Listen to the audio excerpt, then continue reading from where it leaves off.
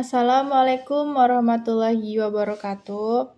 Perkenalkan, nama saya Nurul Diva Anggreni dengan NIM 2203284. Nah, di sini saya akan menjelaskan mengenai ISO 9001.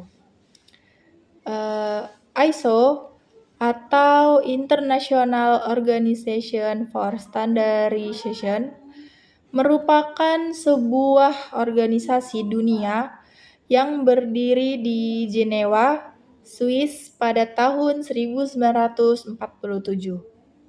Saat ini, ISO beranggotakan kurang lebih 162 negara, termasuk Indonesia. Nah, badan atau organisasi ini bekerja dalam melakukan pembuatan peraturan atau standar yang berkaitan dengan perdagangan internasional. Jadi, lembaga inilah yang bertugas untuk menyeragamkan peraturan dalam industri perdagangan yang disesuaikan dengan seluruh jenis industri yang ada di dunia. Namun, mematuhi standar ISO bukanlah kewajiban bagi semua perusahaan. Hanya saja, fakta di lapangan banyak perusahaan yang dianggap memenuhi kualitas dan dapat bersaing di pasar global jika memiliki sertifikasi ISO.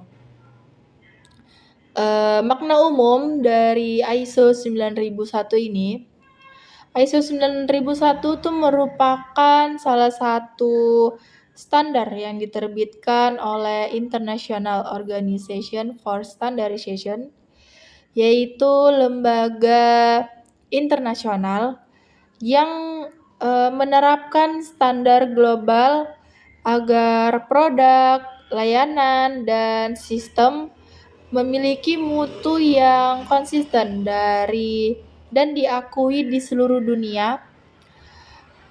Kemudian penerapan ISO 9001 ini memastikan bahwa sebuah organisasi mampu, yang pertama yaitu mengendalikan prosesnya secara terstruktur. Kemudian yang kedua, menjaga konsistensi kualitas. Yang ketiga, memuaskan pelanggan. Lalu yang terakhir yaitu melakukan perbaikan berkelanjutan. Nah, ISO ini bertujuan untuk menyeragamkan peraturan dan standar dalam berbagai bidang industri dan perdagangan global. Standar ISO ini tidak wajib diterapkan oleh semua perusahaan. Namun, perusahaan yang memiliki sertifikasi ISO itu dianggap lebih kredibel dan kompetitif. Nah, makna pentingnya, ISO itu menjadi lembaga yang menjembatani standar global agar setiap negara memiliki acuan kualitas yang sama. Nah, penerapan ISO ini bukan hanya formalitas, tetapi alat manajemen yang meningkatkan kepercayaan publik dan efisiensi operasional. Nah, sertifikasi ISO itu menunjukkan bahwa sebuah organisasi ini memiliki proses terukur, terdokumentasi, dan fokus pada mutu. Nah, kesimpulannya itu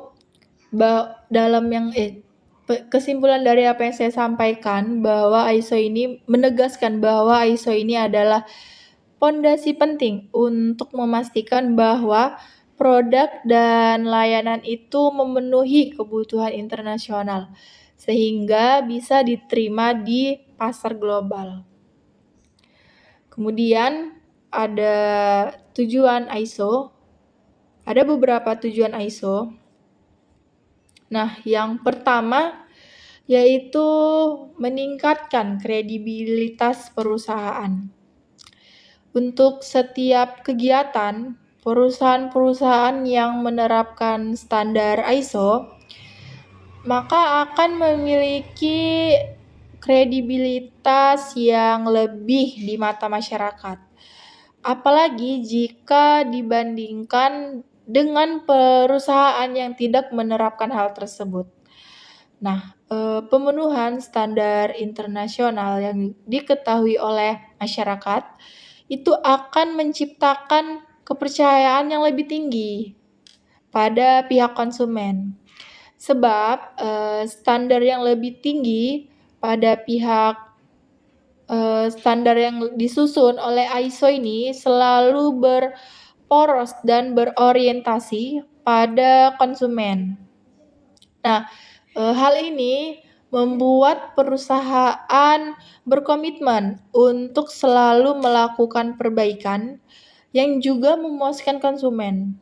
Sehingga peran konsumen sebagai aset perusahaan ini tidak hanya soal uang saja, namun juga tugas perusahaan menjaga kepercayaannya. Penjelasannya itu, konsumen itu akan lebih percaya kepada perusahaan yang memenuhi standar internasional. Nah, standar ISO ini dia berfokus pada kepuasan pelanggan sehingga organisasi terus memperbaiki proses agar memenuhi harapan pasar. Lalu kredibilitas yang tinggi itu juga meningkatkan peluang kerjasama, investasi, dan loyalitas pelanggan. Lalu yang kedua yaitu ada jaminan kualitas berstandar internasional. Nah, dengan ISO, Anda itu dapat menjamin akan kualitas tingkat internasional yang membuat perusahaan Anda itu menjadi lebih unggul. Nah, karena pada proses sertifikasi ISO, perusahaan harus melalui tahapan uji coba atau audit yang disebut dengan siklus PDCA. Plan, Do, dan Act tadi tuh. Cek dan Act. Nah, siklus PDCA, Plan, Do, Check, dan Act akan membuat setiap lini usaha di perusahaan itu wajib melakukan identifikasi, eksekusi, serta analisis yang berstandar internasional. Itulah mengapa mengetahui apa itu pentingnya ISO. Karena ISO ini membantu perusahaan menjadi lebih waspada ketika terjadi penurunan kinerja, penerapan standar mutu. Nah, selain itu, ISO juga akan memudahkan perusahaan untuk melakukan pencegahan dan lebih menghemat biaya karena kompensasi kerugian adanya proses produksi yang gagal. Nah, dengan ISO ini, dia itu menuntut setiap proses organisasi dan diukur lalu diaudit secara berkala. Kemudian perusahaan tersebut itu dapat mengidentifikasi masalah sejak awal dan mencegah cacatnya suatu produk atau pelayanan yang buruk. Kemudian dengan sistem yang berstandar, perusahaan lebih cepat merespon perubahan kebutuhan pelanggan dan pasar internasional. Lalu yang ketiga yaitu efisiensi biaya. Nah, penerapan standar ISO bagi perusahaan dapat memberikan efisiensi biaya. Karena potensi munculnya kerugian itu bisa diantisipasi dan diatasi dengan adanya ISO. Nah, sehingga dapat meminimalisir pembengkakan pengeluaran apabila ada kegagalan produksi ataupun adanya kecelakaan kerja. Nah, dengan adanya audit dan pengendalian proses, potensi kerugian akibat cacat produk atau kesalahan kerja itu dapat diantisipasi dan proses kerja itu menjadi efisien. Kemudian penggunaan sumber dayanya lebih hemat dan produktivitas pun meningkat. Kemudian ISO itu mendorong suatu perusahaan untuk melakukan hal yang benar sejak awal, bukan memperbaiki kesalahan setelah terjadi. Kemudian yang keempat yaitu memaksimalkan kinerja karyawan. Nah, standar yang ditetapkan oleh ISO selalu berusaha agar dilakukan oleh seluruh lapisan organisasi perusahaan, termasuk oleh para karyawan sendiri. Hal ini dapat menjadi tolak ukur dan penilaian akan kinerja para karyawan, sehingga para karyawan itu nantinya akan senantiasa berusaha supaya dapat memenuhi standar yang berlaku. Nah, standar ISO ini dijadikan sebagai alat evaluasi dan tolak ukur performa setiap karyawan. Kemudian dengan adanya SOP, Standard Operating Procedure yang jelas, setiap pegawai itu tahu apa tanggung jawab yang mereka emban. Kemudian hasilnya itu muncullah disiplin, tanggung jawab, dan keterlibatan aktif dalam menjaga mutu. Lalu yang kelima ada branding perusahaan. Perusahaan yang mengimplementasikan ISO juga bisa melakukan branding dengan menampilkan atau menunjukkan sertifikasi ISO yang dimiliki. Sehingga bagi masyarakat ataupun kompetitor yang menyadari hal ini tuh dapat memberikan nilai yang lebih pada kualitas perusahaan.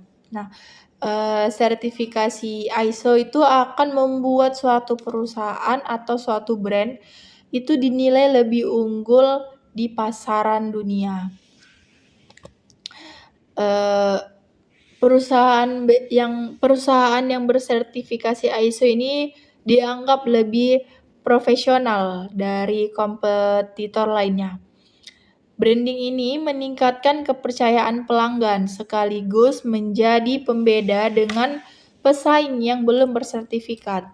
Kemudian di pasar ekspor, sertifikat ISO itu sering menjadi syarat utama untuk diterima oleh buyer. Lalu yang keenam ada memudahkan perdagangan internasional. Nah, standar yang ditetapkan oleh ISO itu selalu berusaha agar dilakukan oleh seluruh lapisan organisasi perusahaan, termasuk oleh para karyawan sendiri. Nah, hal ini tuh dapat menjadi tolak ukur dari penilaian akan kinerja para karyawan. Sehingga para karyawan akan senantiasa berusaha supaya dapat memenuhi standar yang berlaku. Nah, penjelasannya yaitu ISO menciptakan bahasa mutu yang sama di seluruh dunia. Kemudian produk yang bersertifikasi ISO itu otomatis diakui di berbagai negara tanpa harus diuji ulang. Dan hal ini itu dapat mempercepat proses ekspor dan memperluas jaringan dagang internasional. Kemudian di sini ada ISO 9001 di mana ISO 9001 adalah standar internasional untuk sistem manajemen mutu, Quality Management System atau yang disebut dengan QMS, diterbitkan oleh International Organization for Standardization atau yang disebut dengan ISO, dan bertujuan memastikan bahwa organisasi mampu secara konsisten menyediakan produk atau layanan yang memenuhi kebutuhan pelanggan dan peraturan yang berlaku. Nah, secara konsisten, ISO ini dapat menghasilkan produk atau layanan yang memenuhi harapan pelanggan dan peraturan yang berlaku. Kemudian dapat berkomitmen pada perbaikan yang berkelanjutan. Ada tujuan utama ISO 9001. Di sini ada beberapa tujuan, ada 5. Yang pertama yaitu menjamin kualitas produk dan layanan secara konsisten. Yang kedua, meningkatkan kepuasan pelanggan. Yang ketiga, meningkatkan efisiensi dan produktivitas organisasi. Yang keempat, mendorong perbaikan berkelanjutan atau continuous improvement. Dan yang terakhir, kelima, yaitu memberikan kepercayaan pasar terhadap produk atau jasa perusahaan. Lalu di sini ada struktur standar ISO 9001/2015. Nah, di sini ada 10. Yang pertama yaitu ruang lingkup atau scope. Nah, dalam ruang lingkup ini menjelaskan tujuan umum ISO 9001, yaitu untuk memastikan bahwa organisasi bisa menghasilkan produk atau layanan yang konsisten, berkualitas, dan memuaskan pelanggan. Artinya, ISO 9001 ini berlaku untuk semua jenis organisasi, baik yang besar, kecil, barang, maupun jasa. Yang kedua yaitu referensi normatif. Nah, di sini tuh menjelaskan dokumen acuan resmi yang digunakan untuk memahami isi dari ISO 9001. Nah, sederhananya itu seperti daftar buku pegangan yang harus diacu agar penerapannya tidak salah. Nah, biasanya ini hanya mengacu pada ISO 9000 yang berisi istilah dan prinsip mutu. Lalu klausul ketiga yaitu ada istilah dan definisi. Nah, istilah dan definisi itu berisi pengertian dari istilah-istilah penting dalam ISO 9001. Itu seperti produk, layanan, konsumen, mutu, proses, resiko, dan lain-lainnya. Tujuannya itu agar semua orang dalam organisasi memahami makna istilah dengan sama dan tidak menafsirkan sendiri-sendiri. Kemudian klausul keempat, di sini ada konteks organisasi atau context of the organization, di mana organisasi harus memahami siapa mereka, apa visi, misi, dan tujuan tersebut. Lalu lingkungan internal dan eksternal, kemudian kebutuhan pelanggan dan pihak terkait, dan menentukan ruang lingkup sistem manajemen mutu. Nah, contohnya usaha susu pasteurisasi itu perlu memahami bahwa tren konsumsi sehat dan peraturan BPOM adalah faktor eksternal penting. Lalu klausul kelima yaitu ada kepemimpinan, leadership, di mana di kepemimpinan ini menekankan peran pimpinan puncak atau top manajemen dalam memberi arah dan visi mutu, kemudian menetapkan kebijakan mutu, menjamin bahwa semua karyawan terlibat dan memahami tujuan mutu tersebut. Contohnya itu suatu direktur perusahaan rutin meninjau mutu produk dan mendukung pelatihan karyawan. Lalu klausul yang keenam ada perencanaan atau planning, di mana dalam perencanaan ini berisi langkah-langkah organisasi dalam mengidentifikasi risiko dan peluang, menetapkan tujuan mutu, dan menyusun rencana untuk mencapainya. Nah, contohnya itu berupa ada resikonya itu berupa bahan baku yang terlambat. Kemudian resiko dalam rencananya itu dalam buat 2 pemasok cadangan yang bertujuan untuk dan tujuan mutunya itu untuk pengiriman 100% tepat waktu setiap bulan. Lalu klausul yang ketujuh ada dukungan atau support, di mana dukungan ini berhubungan dengan semua sumber daya yang dibutuhkan untuk menjalankan sistem mutu. Ada 4 sistem mutu ya. Yang pertama yaitu sumber daya manusia, SDM, kemudian ada infrastruktur dan lingkungan kerja, lalu ada pengetahuan organisasi, dan yang terakhir ada komunikasi dan dokumentasi. Nah, contoh dari dukungan ini tuh berupa melatih karyawan, memastikan alat produksi bersih dan terawat, kemudian ada menyimpan dokumen mutu dengan baik. Klausul ke-8 yaitu ada operasi atau operation, di mana di bagian paling teknis yaitu bagaimana organisasi itu merencanakan, melaksanakan, dan mengendalikan proses produksi atau layanan. Nah, langkah umumnya itu ada 4. Ada 4. Yang pertama, rencana produksi atau pelayanan. Kemudian yang kedua ada pengendalian mutu atau yang disebut dengan QC. Kemudian yang ketiga, penanganan keluhan pelanggan. Lalu yang keempat ada identifikasi produk yang tidak sesuai. Nah,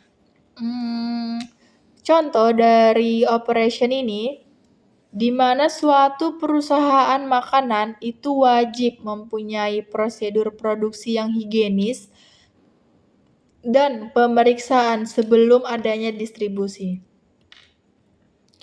Lalu klausul yang ke-9 yaitu ada evaluasi kinerja atau performance evaluation.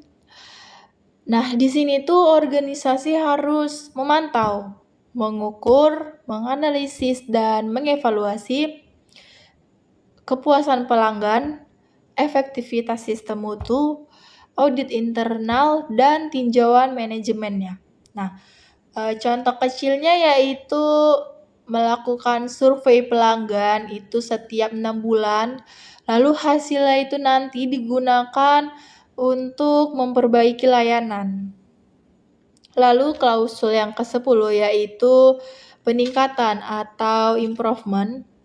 Nah, di dalam peningkatan ini berisi komitmen untuk perbaikan berkelanjutan atau yang disebut dengan continuous improvement, yang dimana itu ada 3, yaitu mengatasi ketidaksesuaian atau mengatasi masalah yang muncul, kemudian melakukan tindakan korektif, kemudian meningkatkan efektivitas sistem mutu dari waktu ke waktu. Nah, contoh dari improvement di sini tuh ada contohnya setelah ada keluhan produk bocor, nah perusahaan ini memperbaiki metode penyegelan botol, dan melakukan pelatihan ulang. Mereka itu istilahnya melakukan evaluasi dari apa yang sudah terjadi.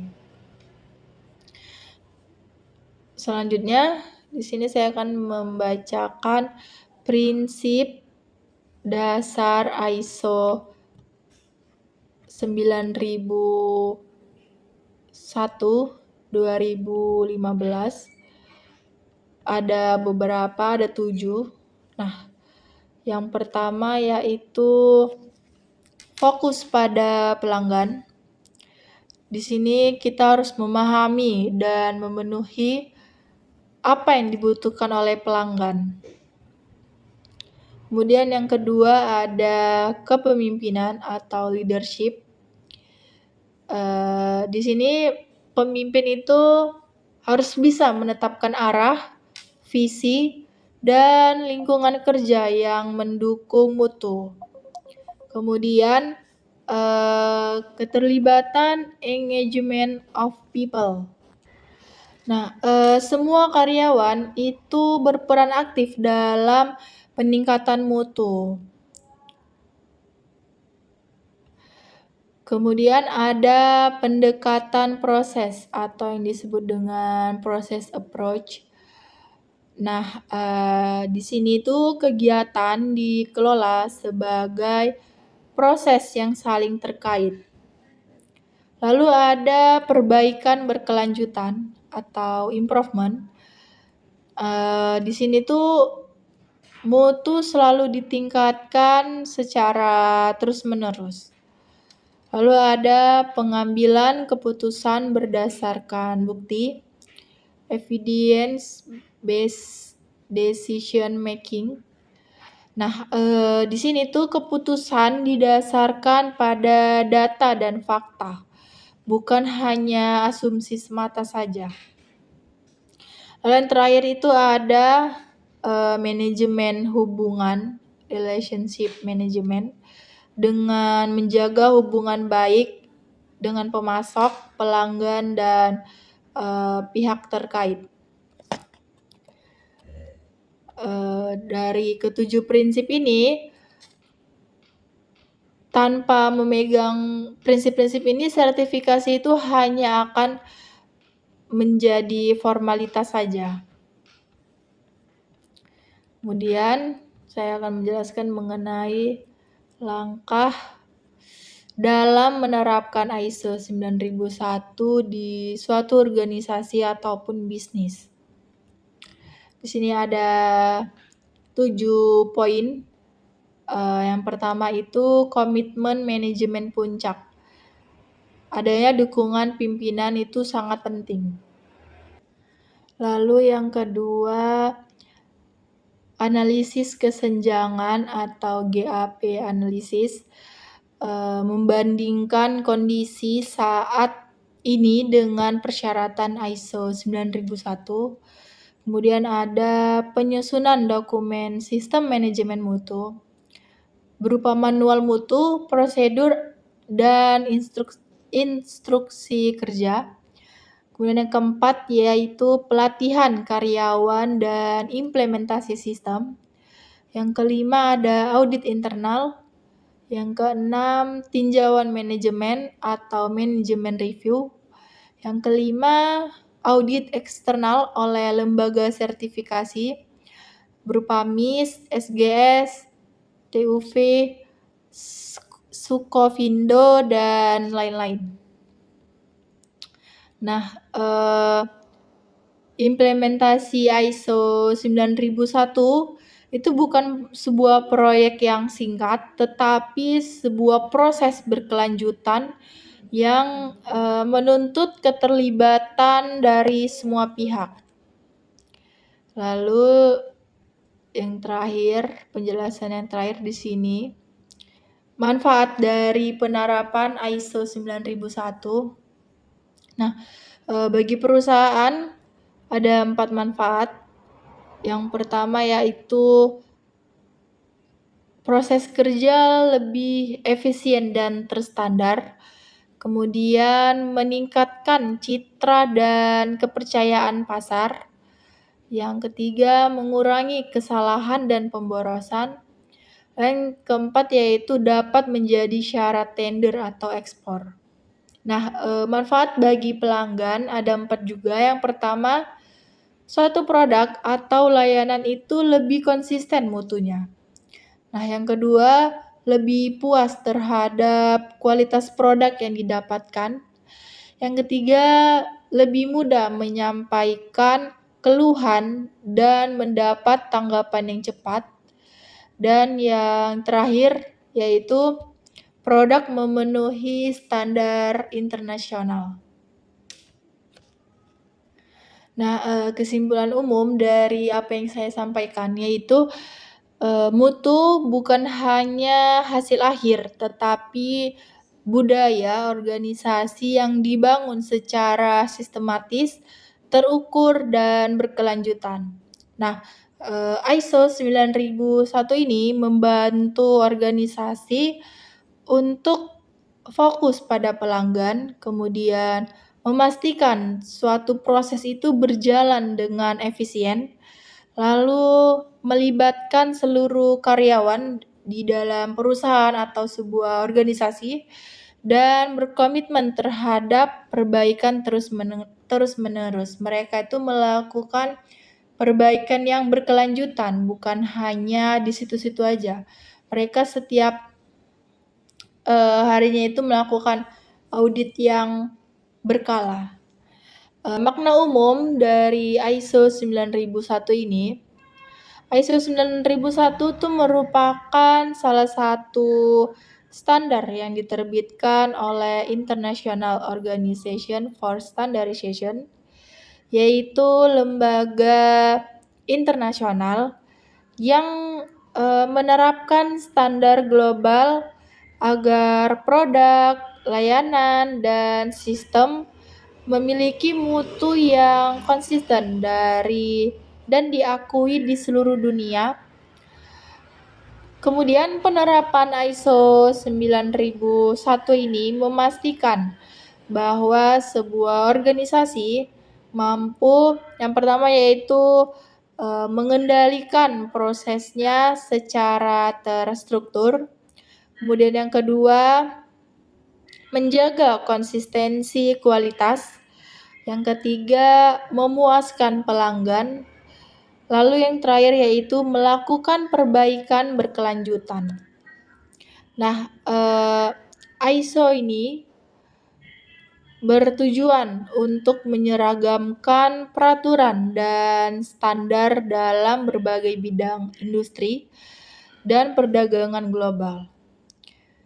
Standar ISO ini tidak wajib diterapkan oleh semua perusahaan.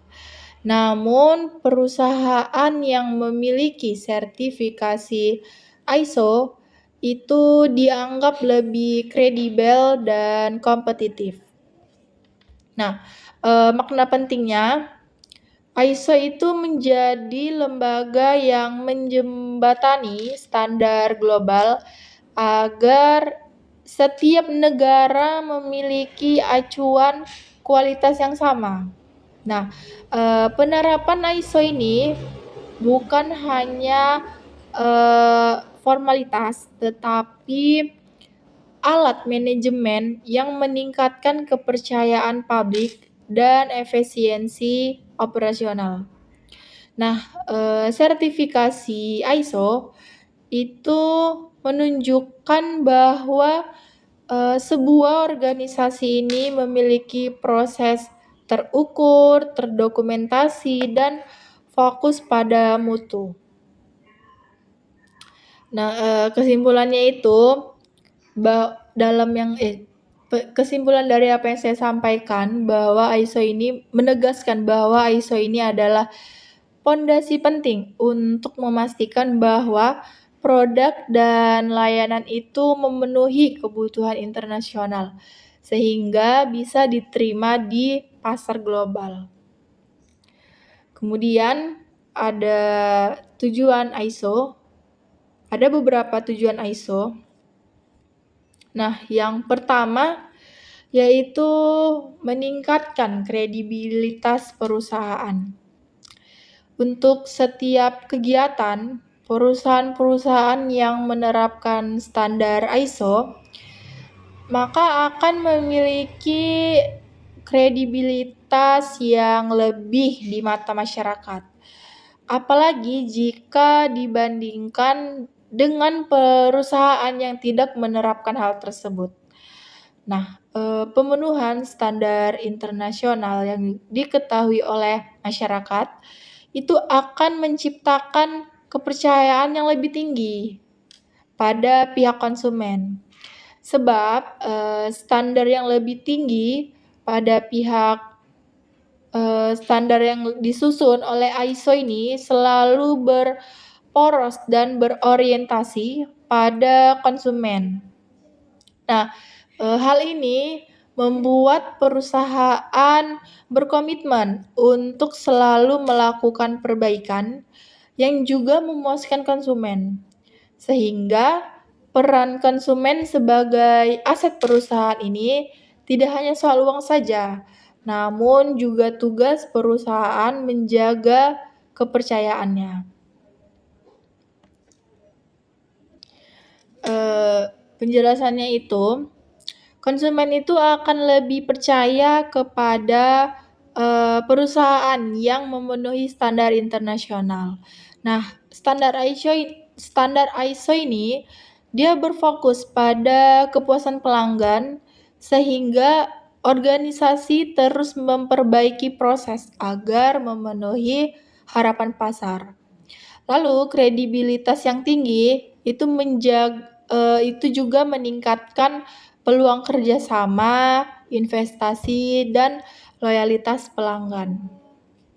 Lalu yang kedua, yaitu ada jaminan kualitas berstandar internasional. Nah, dengan ISO, Anda itu dapat menjamin akan kualitas tingkat internasional yang membuat perusahaan Anda itu menjadi lebih unggul.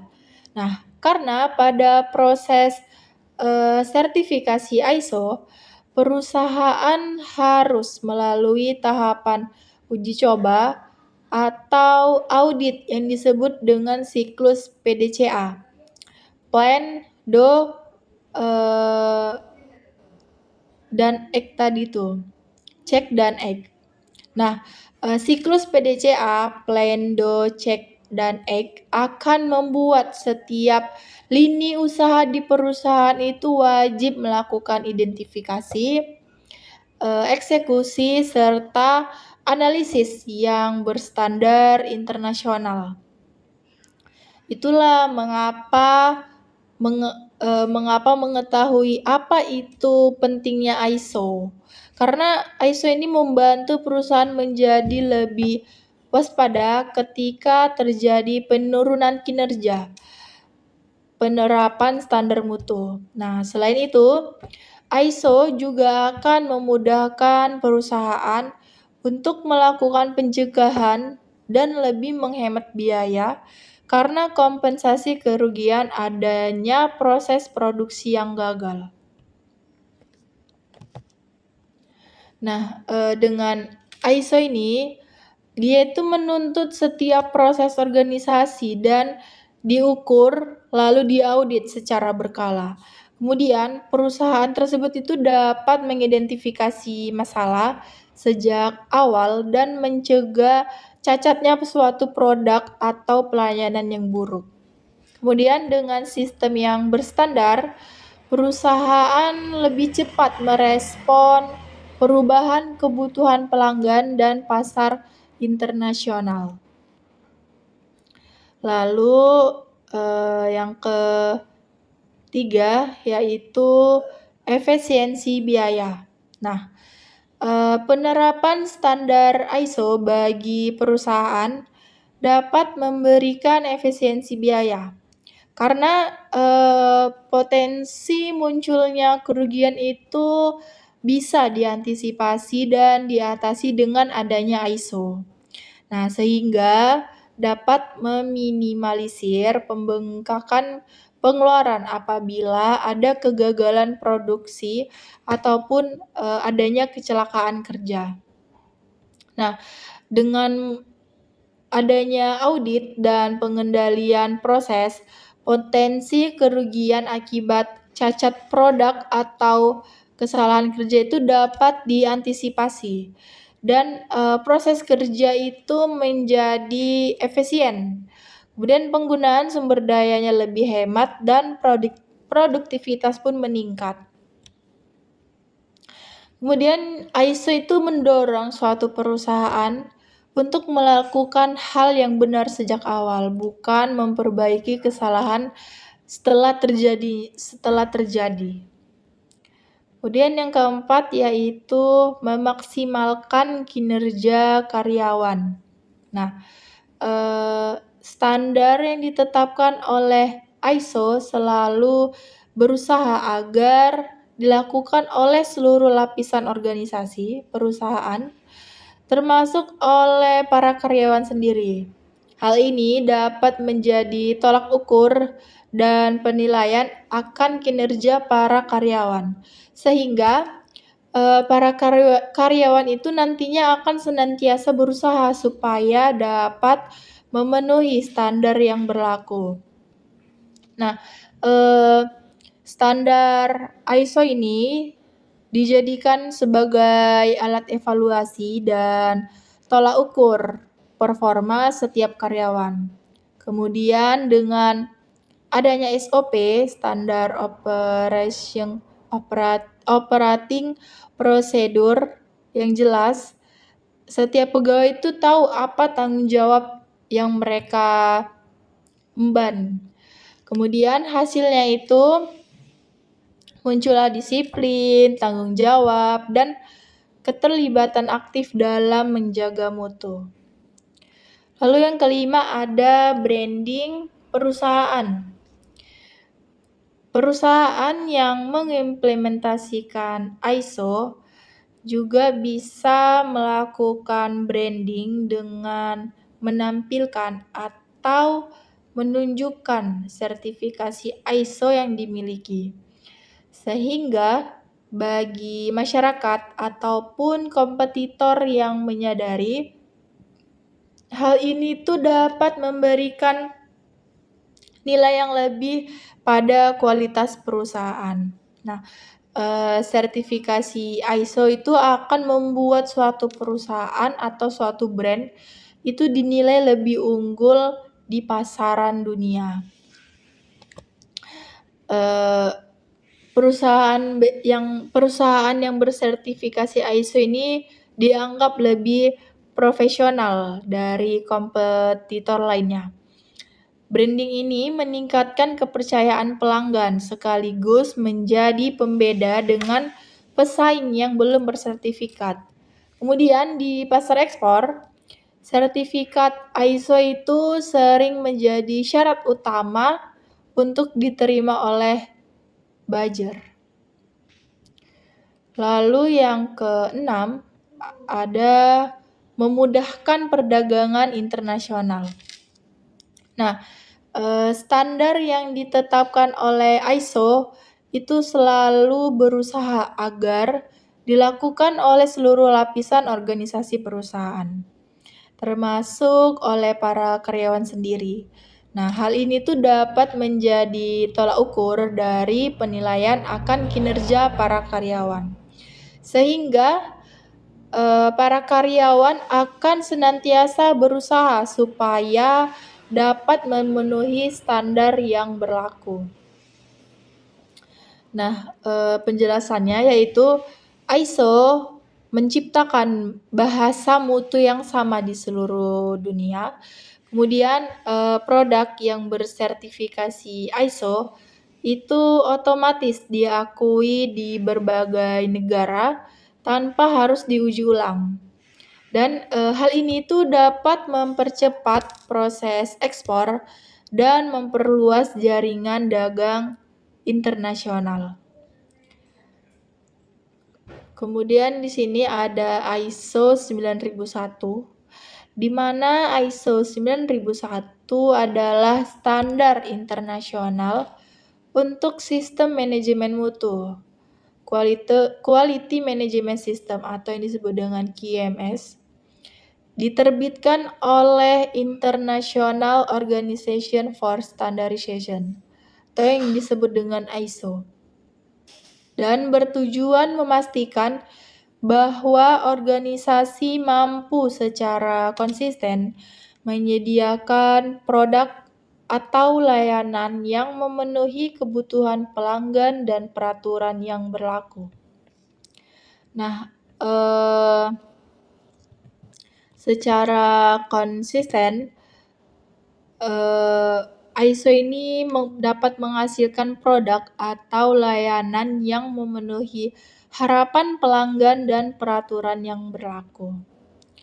Kemudian dapat berkomitmen pada perbaikan yang berkelanjutan. Ada tujuan utama ISO 9001. Di sini ada beberapa tujuan, ada 5. Yang pertama yaitu menjamin kualitas produk dan layanan secara konsisten. Yang kedua, meningkatkan kepuasan pelanggan. Yang ketiga, meningkatkan efisiensi dan produktivitas organisasi. Yang keempat, mendorong perbaikan berkelanjutan atau continuous improvement. Dan yang terakhir, kelima, yaitu memberikan kepercayaan pasar terhadap produk atau jasa perusahaan. Lalu di sini ada struktur standar ISO 9001/2015. Nah, di sini ada 10. Yang pertama yaitu ruang lingkup atau scope. Nah,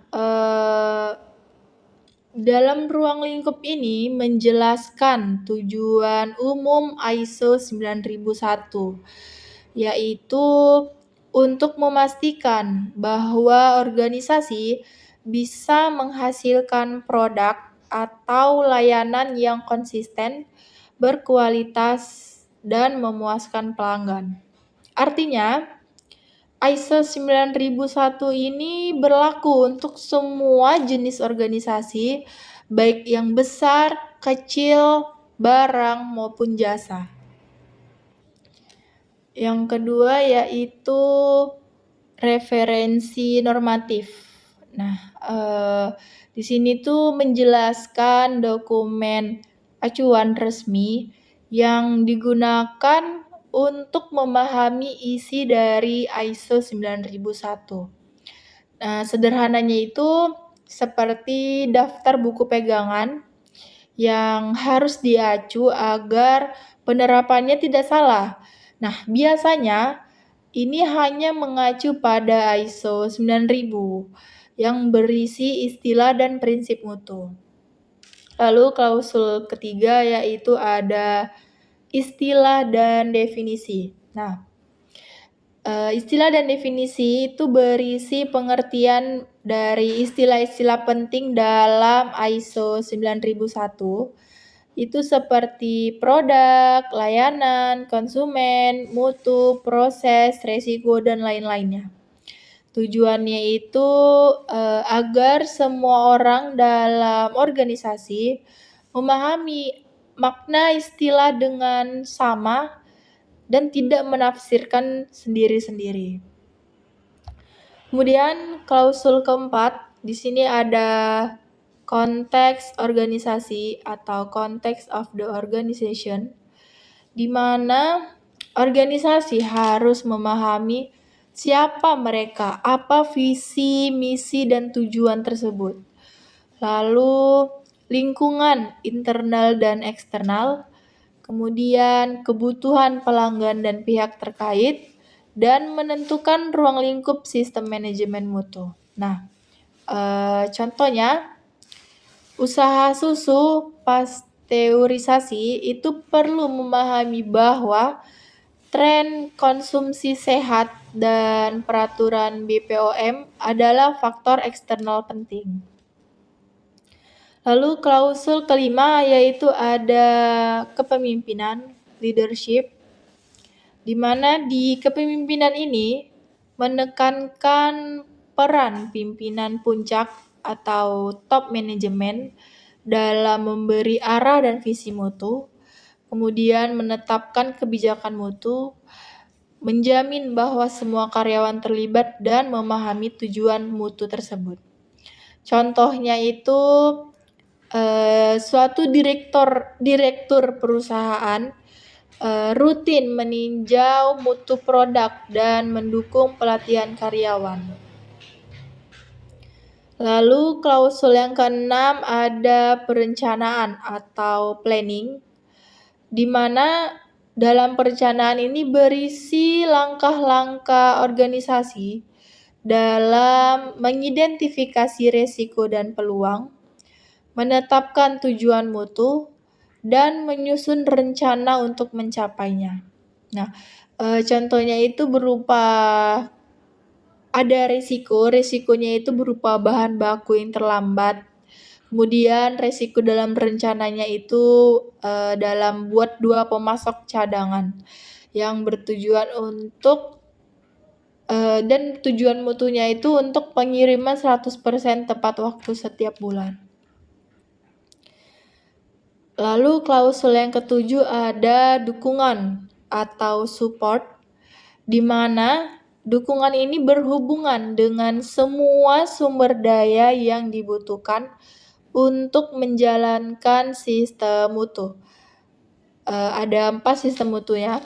Yang pertama yaitu sumber daya manusia, SDM, kemudian ada infrastruktur dan lingkungan kerja, lalu ada pengetahuan organisasi, dan yang terakhir ada komunikasi dan dokumentasi. Nah, contoh dari dukungan ini tuh berupa melatih karyawan, memastikan alat produksi bersih dan terawat, kemudian ada menyimpan dokumen mutu dengan baik. Klausul ke-8 yaitu ada operasi atau operation, di mana di bagian paling teknis yaitu bagaimana organisasi itu merencanakan, melaksanakan, dan mengendalikan proses produksi atau layanan. Nah, langkah umumnya itu ada 4. Ada 4. Yang pertama, rencana produksi atau pelayanan. Kemudian yang kedua ada pengendalian mutu atau yang disebut dengan QC. Kemudian yang ketiga, penanganan keluhan pelanggan. Lalu yang keempat ada identifikasi produk yang tidak sesuai. Nah, contoh dari operation ini, di mana suatu perusahaan makanan itu wajib mempunyai prosedur produksi yang higienis dan pemeriksaan sebelum adanya distribusi. Lalu klausul yang ke-9 yaitu ada evaluasi kinerja atau performance evaluation. Nah, di sini tuh organisasi harus memantau, mengukur, menganalisis, dan mengevaluasi kepuasan pelanggan, efektivitas sistem mutu, audit internal, dan tinjauan manajemennya. Nah, contoh kecilnya yaitu melakukan survei pelanggan itu setiap 6 bulan, lalu hasilnya itu nanti digunakan untuk memperbaiki layanan. Lalu klausul yang ke-10 yaitu peningkatan atau improvement. Nah, di dalam peningkatan ini berisi komitmen untuk perbaikan berkelanjutan atau yang disebut dengan continuous improvement, yang dimana itu ada 3, yaitu mengatasi ketidaksesuaian atau mengatasi masalah yang muncul, kemudian melakukan tindakan korektif, kemudian meningkatkan efektivitas sistem mutu dari waktu ke waktu. Nah, contoh dari improvement di sini tuh ada contohnya setelah ada keluhan produk bocor, nah perusahaan ini memperbaiki metode penyegelan botol dan melakukan pelatihan ulang. Mereka itu istilahnya melakukan evaluasi dari apa yang sudah terjadi. Selanjutnya Di sini saya akan membacakan prinsip dasar ISO 9001/2015. Ada beberapa, ada 7. Nah, yang pertama yaitu fokus pada pelanggan. Di sini kita harus memahami dan memenuhi apa yang dibutuhkan oleh pelanggan. Kemudian yang kedua ada kepemimpinan atau leadership. Di sini pemimpin itu harus bisa menetapkan arah, visi, dan lingkungan kerja yang mendukung mutu. Kemudian keterlibatan engagement of people. Nah, semua karyawan itu berperan aktif dalam peningkatan mutu.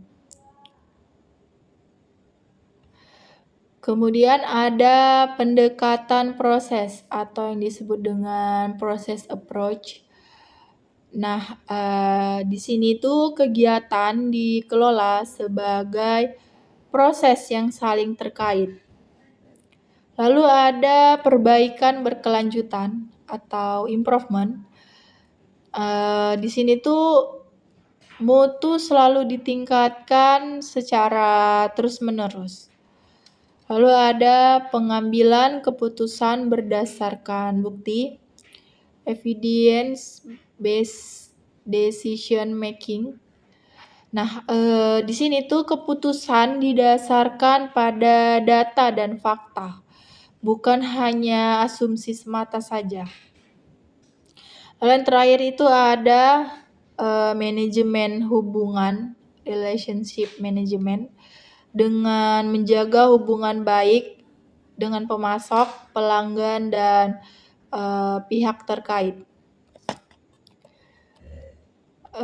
Dari ketujuh prinsip ini, tanpa memegang prinsip-prinsip ini, sertifikasi itu hanya akan menjadi formalitas saja. Kemudian saya akan menjelaskan mengenai langkah dalam menerapkan ISO 9001 di suatu organisasi ataupun bisnis. Di sini ada 7 poin.